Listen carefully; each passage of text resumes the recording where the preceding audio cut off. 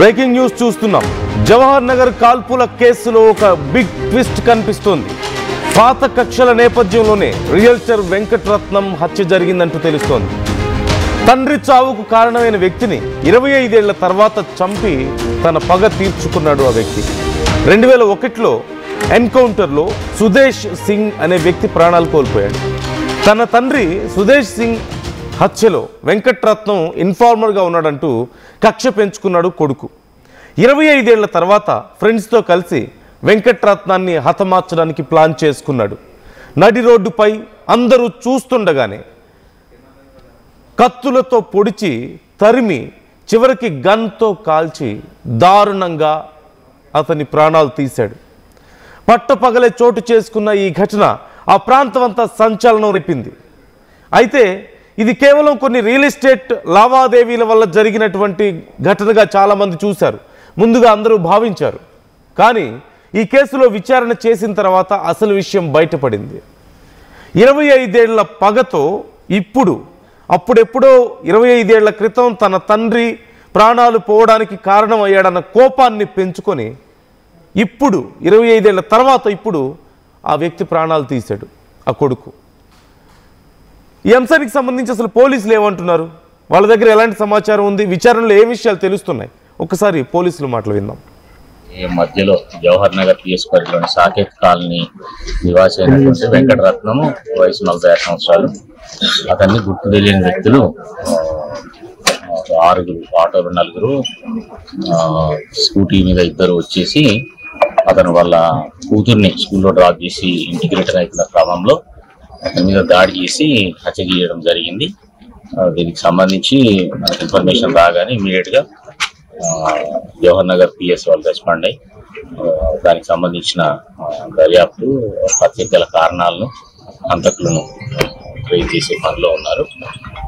As of now పాత కక్షలు దీనికి కారణం అని తెలుస్తున్నది.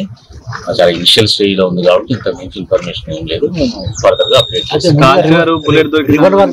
అన్ని చెక్ చేస్తాం. దాంట్లో ఆయుధాలు ఏం వాడారు ఏమనేది కూడా మాకు బుల్లెట్ కూడా అక్కడ పడుంది, అన్ని కూడా చెప్తాం.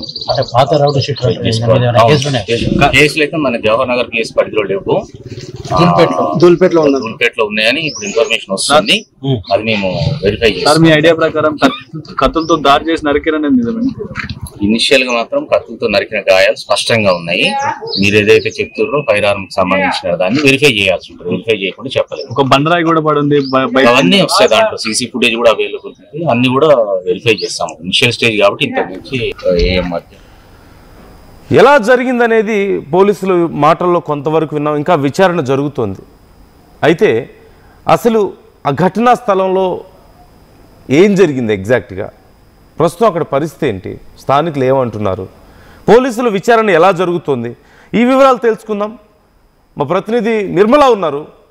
నిర్మల, అసలు ఎలా జరుగుతోంది విచారణ, ఆ ఘటన జరిగిన దాని గురించి స్థానికులు ఏమంటున్నారు, డీటెయిల్స్ ఎలా ఉన్నాయి? ఎస్ నందు, మరి వెంకటరత్నం విషయానికి వస్తే కనుక 25 సంవత్సరాల తర్వాత కూడా పగతో రగిలిపోయినటువంటి సుదేశ్ కొడుకైనటువంటి నిందితుడు మాత్రము ఈ 2001లో సుదేశ్ని ఎన్కౌంటర్ చేసిన ఘటన ఇంకా తన బ్రెయిన్లోనే పెట్టుకొని ఇప్పుడు కక్ష తీర్చుకున్నట్టుగా కూడా తెలుస్తూ ఉంది. మరి తన ఫ్రెండ్స్తో కలిసి వచ్చి నడి రోడ్డుపైనే ఆయుధాలతో దాడి చేయడమే కాకుండా గన్తో ఎన్కౌంటర్ కూడా చేయడం జరిగింది వెంకటరత్నాన్ని. అప్పుడు మరి 2021లో మాత్రము వెంకటరత్నము సుదేశ్ ఎన్కౌంటర్ కి సంబంధించినటువంటి తను ఒక ఎంక్వైరీ, అంటే తను ఒక సలహాదారుడిగా ఉన్నాడు అని చెప్పేసి ఆ విషయాన్ని దృష్టిలో పెట్టుకొని అందులో తను కూడా ఒక భాగస్థుడే అని చెప్పేసి 25 సంవత్సరాలుగా కూడా తను పగతోనే రగిలిపోయినట్టుగా కూడా అక్కడ స్థానికులైతే చెప్తూ ఉన్నారు. ఇక్కడ ఎవరిని అడిగినా అదే మాట అంటున్నారు. అది కేవలం కక్షపూరితంగానే చేసినట్టు తెలుస్తూ ఉంది అని చెప్పేసి కూడా చెప్తూ ఉన్నారు. దాదాపు తన ఫ్రెండ్స్ ని 6 ఎంటబెట్టుకొని తీసుకొని వచ్చి కూడా తను దాడి చేయడం జరిగింది అని చెప్పేసి చెప్తూ ఉన్నారు అక్కడ చూసినటువంటి వాళ్ళు కూడా. కానీ ఎవరు కూడా ఈ విషయంలో లేదు, ఎందుకంటే వాళ్ళకు పాత కక్షలు ఏమున్నాయో తెలియదు కదా, మరి 25 సంవత్సరాల పగ అని మాత్రమే తెలుస్తుంది అని చెప్పేసి చెప్తున్నట్టుగా తెలుస్తుంది. ఇంకా పోలీసుల విషయానికి వస్తే దర్యాప్తు కొనసాగిస్తూ ఉన్నాము అని చెప్తూ ఉన్నారు. పూర్తి వివరాలు మాత్రము దర్యాప్తు పూర్తయిన తర్వాతే వెల్లడిస్తామని చెప్తూ ఉన్నారు. కాకపోతే ఇప్పటికీ కూడా ఈ పగలు ప్రతీకారాలు ఇన్ని సంవత్సరాలు ఇంకా కంటిన్యూ అవుతూ ఉంటాయా, ఇలాగే పెంచుకుంటూ ఉంటారా అని చెప్పేసి కూడా ఇప్పుడు ప్రజల్లో అయితే కొంచెం ఆందోళనే వ్యక్తమవుతుందని కూడా చెప్పుకోవచ్చు. ఓకే, అంటే స్థానికులు ఏమంటున్నారు ఈ ఘటన పట్ల? అంటే పట్టపగలు చాలా మంది చూస్తుండగానే ఈ ఘటన చోటు చేసుకుంది. అయితే ఇప్పుడు ఈ ప్రాణాలు కోల్పోయిన వ్యక్తి కుటుంబం కానీ ఎవరైనా రెస్పాండ్ అయ్యారా అతని తరపున?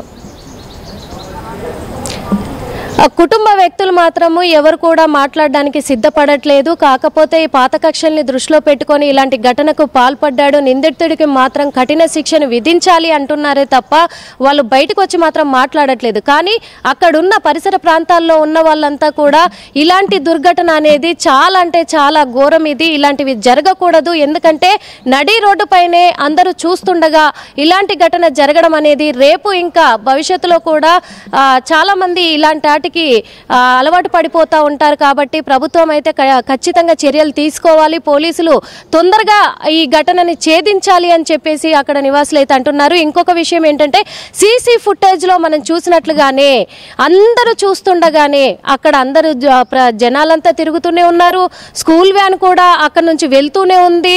ఒక ఆటోలో రావడం జరిగింది. వీళ్ళంతా కూడా నిందితులంతా కూడా ఆటోలో వచ్చి అక్కడ తనపై వెంకటరత్నంపై దాడి చేసిన తర్వాత తన ఊపిరిపోయిన తర్వాతే అక్కడ నుంచి క్లారిటీ తీసుకొని మరి అక్కడ మళ్ళీ అదే ఆటోలో వాళ్ళు వెళ్ళిపోతుండడం కూడా చుట్టుపక్కల వాళ్ళు చూసి చాలా భయాందోళనకైతే గురవుతూ ఉన్నారు. ఎందుకంటే ఈ సంఘటన హైదరాబాద్ నడిబొడ్డులోనే ఇలా జరిగింది అంటే ఇంకా జిల్లాల పరిస్థితి ఏంటి, గ్రామాల పరిస్థితి ఏంటి అనే విధంగానైతే ప్రజలైతే భయపడుతూ ఉన్నారు.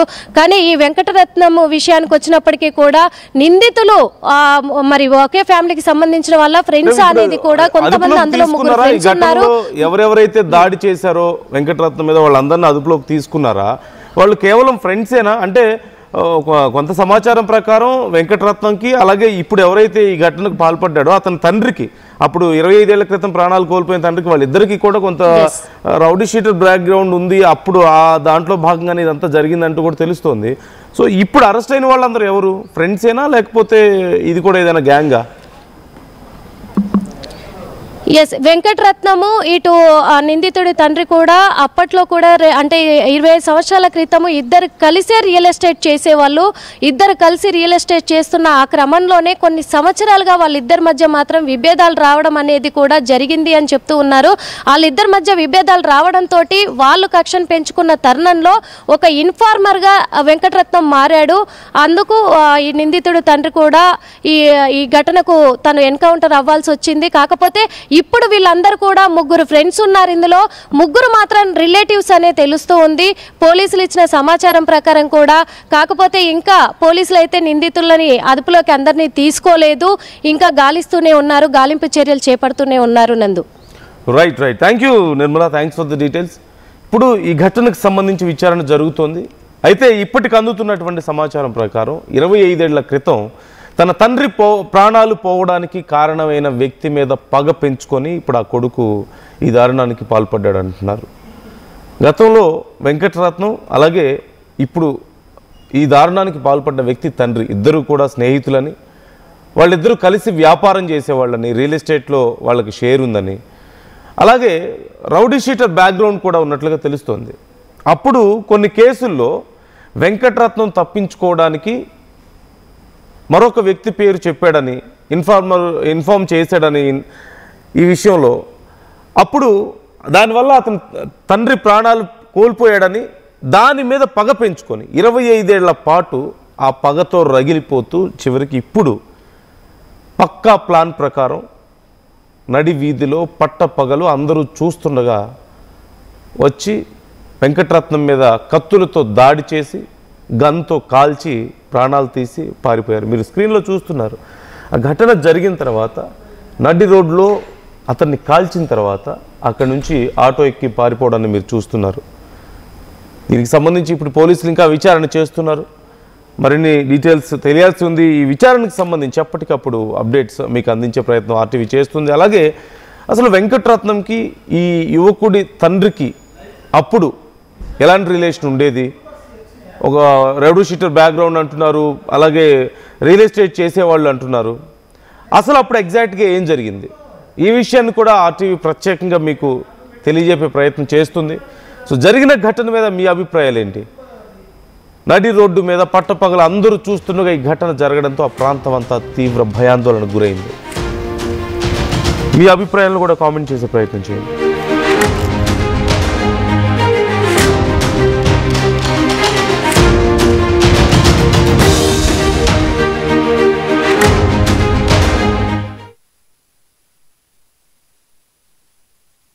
నగల సామ్రాజ్యం పెద్దది, మన వేడుకల్లో నగల పాత్ర పెద్దది. నగల్లో మన సంప్రదాయం అది పెద్దది. అదే విధంగా నగలు కొనేటప్పుడు మీ సేవింగ్స్ కూడా ఇకపై పెద్దగా ఉంటుంది. అన్ని నగల తరుగును ముందు కన్నా ఇంకా తగ్గించాం. ఈ తక్కువ తరుగును చూస్తే వెంటనే నగలు కొనేస్తారు. డైమండ్ జ్యువెలరీ ధరలు కూడా పెద్ద లెవెల్లో తగ్గించాం. ఇకపై అందరూ డైమండ్ జ్యువెలరీ కొనుక్కోవచ్చు. ఏ ఆఫర్లోనూ పక్కదారి పట్టకండి. ఇక్కడికొచ్చి కంపేర్ చేస్తేనే తెలుస్తుంది మీకు ఎంత పెద్దగా డబ్బులు ఆదా అవుతుందో అని. ఈ తరుగు కన్నా ఎక్కువ ఇస్తే మీరు కష్టపడి సంపాదించిన డబ్బు వృధా చేసినట్టే.